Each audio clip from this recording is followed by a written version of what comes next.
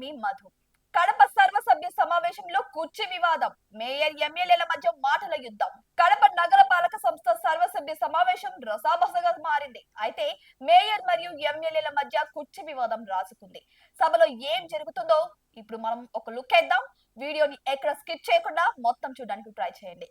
సమావేశం ప్రారంభమైన కాసేపటికే గందరగోళం మొదలైంది. ఎమ్మెల్యేలకు కుర్చీలు ఏర్పాటు చేయడంపై మేయర్ సురేష్ బాబు తీవ్ర ఆగ్రహం వ్యక్తం చేశారు. అయితే నాకు తెలియకుండా, నా అనుమతి లేకుండా సమావేశ మందిరంలో ఎమ్మెల్యేలకు కుర్చీలు ఎలా ఏర్పాట్లు చేస్తారు?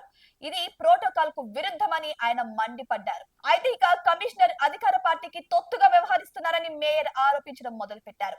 తన ప్రమేయం లేకుండా కమిషనర్ ఏకపక్షంగా నిర్ణయాలు తీసుకుంటున్నారని కూడా ఆయన చెప్పుకొచ్చారు. ఇక మేయర్ సురేష్ బాబు ఇలా అన్నారు. కమిషనర్ నా మాట వినడం లేదు, ఇష్టానుసారంగా ప్రవర్తిస్తున్నారు, ఇది కరెక్ట్ కాదని కూడా అనడం జరిగింది. అయితే ఈ వివాదంపై ఎమ్మెల్యే మాధవిరెడ్డి కూడా స్పందించారు. మేయర్ వ్యవహరించిన తీరును ఆమె తప్పుబట్టారు. ఎమ్మెల్యే మాధవిరెడ్డి అయితే ఇలా అనడం జరిగింది. మేయర్ కావాలని నన్ను అవమానించారు, మహిళలను ఆయన చిన్న చూపు చూస్తున్నారని మీడియా సమక్షంలోనే ఆమె అనడం జరిగింది.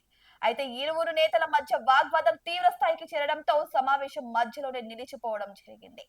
అయితే ఈ ఘటనపై కార్పొరేటర్లు తీవ్రంగా స్పందించారు. కొందరు మేయర్ కు వ్యతిరేకంగా నినాదాలు చేయగా మరికొందరు ఎమ్మెల్యేలకు మద్దతు తెలిపారు.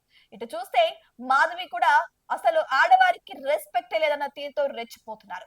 ఇక పరిస్థితి అదుపు తప్పుతుండడంతో పోలీసులు జోక్యం చేసుకుని కార్పొరేటర్లను శాంతింపజేశారు. అయితే ఈ వివాదంపై ఇరు వర్గాల నేతలు పరస్పర ఆరోపణలు చేసుకుంటూనే ఉన్నారు. ఎవరి వాదన సరైనదో తేల్చుకోలేక ప్రజలు కూడా అయోమయానికి గురయ్యారు.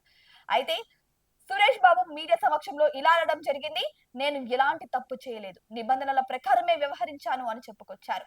కానీ మేయర్ కావాలనే సభను అడ్డుకున్నారని, అభివృద్ధి పనులను ఆయన పట్టించుకోవడం లేదని మాధవి అన్నారు. అయితే ఈ వివాదం కడప నగరపాలక సంస్థలు రాజకీయ వేడిని రాజేసిందని చెప్పొచ్చు. భవిష్యత్తులో ఇది ఎలాంటి పరిణామాలకు దారి తీస్తుందో వేచి చూడాల్సిందే. ఒకవైపు ఈ ఇరు వర్గాల మధ్య ఘర్షణ కొనసాగుతుందా, లేకపోతే సర్దుమరుగుతుందా? ఈ కుర్చీల వ్యవహారం ఎంతవరకు దారి తీస్తుంది?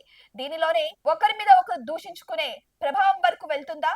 అయితే లేకపోతే అధిష్టానం కూడా ఇందులో జోక్యం చేసుకుంటుందా?